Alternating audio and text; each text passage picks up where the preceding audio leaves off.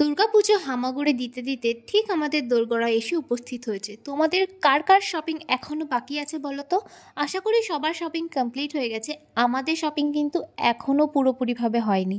সেই জন্যই আমি আমার ভাইদের সাথে চলে এসেছি শপিং করতে। শপিং করতে এসেছি বললে ভুল হবে, ওদেরকে শপিং করাতে নিয়ে এসেছি আমি অ্যাকচুয়ালি। ওরা কিছুই বুঝতে পারে না, ঠিকঠাক করে চয়েস করতে পারে না, সেই জন্য আমি ওদের হেল্প করার জন্য এসেছিলাম। আর তোমরা দেখতেই পাচ্ছ আমি বয়েজ ট্রায়াল রুমের সামনে আছি।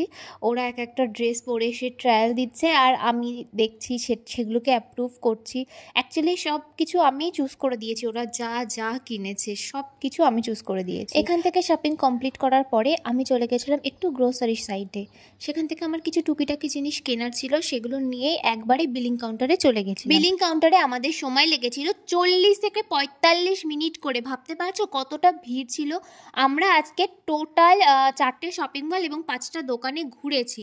সো আমাদের প্রচুর লেট হয়ে গেছিলো। বাড়ি থেকে সকাল 11টায় বেরিয়ে সন্ধ্যা 7টার সময় বাড়িতে ঢুকেছি। দেখতেই পাচ্ছ বিলিং কাউন্টারে কি বিভৎস ভিড়।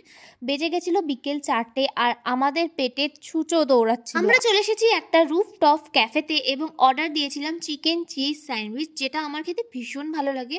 বাট ওরা বললো আমাদেরকে একটু ওয়েট করতে হবে, কারণ ওদের মাইক্রো ওভেন চলছে না। সো অর্ডারটা তৈরি করতে লেট হবে।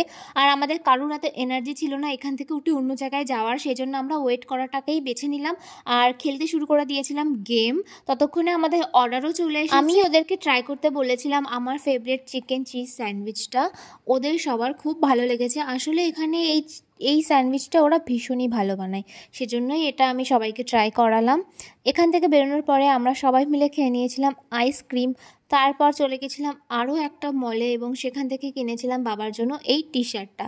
পুজোতে বাবাকে আমি এটা দিয়েছি কারণ বাবার টি শার্ট খুবই দরকার ছিল। তারপরে আমরা চলে গেছিলাম একটা জুয়েলারির দোকানে। এই ইয়ারিংটা আমার ভীষণ পছন্দ হয়েছিল, আমার ড্রেসের সাথে একদম ম্যাচ ছিল, সেই জন্য এটা কিনেছিলাম। বাট বাড়ি এসে থেকে ম্যাচ করেনি।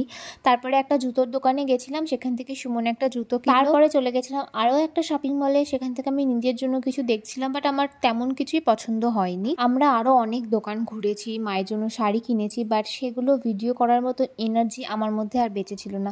আর এই দেখো মাকে মণ্ডপে নিয়ে যাওয়া হচ্ছে। এই দৃশ্যটা দেখার পরে না আমাদের সবার মন পুরো গার্ডেন গার্ডেন হয়ে গেছিলো। ওখান থেকে বেরোনোর পর আমরা গেছিলাম একটা দোকানে, যেখান থেকে সৌরভ একটা শার্ট কিনলো। আর ফাইনালি এখন আমরা বাড়িতে যাচ্ছি। এই তো আমরা বাড়ি চলে এসেছি আর দেখতেই পাচ্ছ সমস্ত জিনিসপত্র রয়েছে, এর মধ্যে অনেক অনেক কিছু আছে। মাইনা আমি এটা তোমার জন্য নিয়ে এসেছি। এটা পুরো অষ্টমীর দিন সকালে অঞ্জলি দিও। আরে ধরো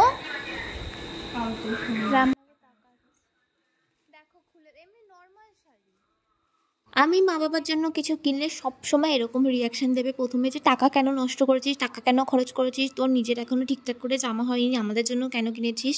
আর আজকেও ঠিক তাই হয়েছে। বাট আমার মা বাবা দুজনেরই শাড়ি আর গেঞ্জিটা ভীষণ পছন্দ হয়েছে। এটা একটা সফট জামদানি ছিল। আমি মাকে বলেছিলাম নর্মাল শাড়ি, তো মা বলছে তুই জামদানি নিয়ে এসেছিস নর্মাল শাড়ি বলে। আর এই যে বাবার জন্য আনা টি শার্টটা, এটা পরে বাবাকে ভালো লাগছে না, বাবার কিন্তু অনেক পছন্দ হয়েছে। যাই হোক ভিডিওটা এখানে শেষ করে দিচ্ছি, দেখা হচ্ছে নেক্সট একটি ব্লগে। টাটা।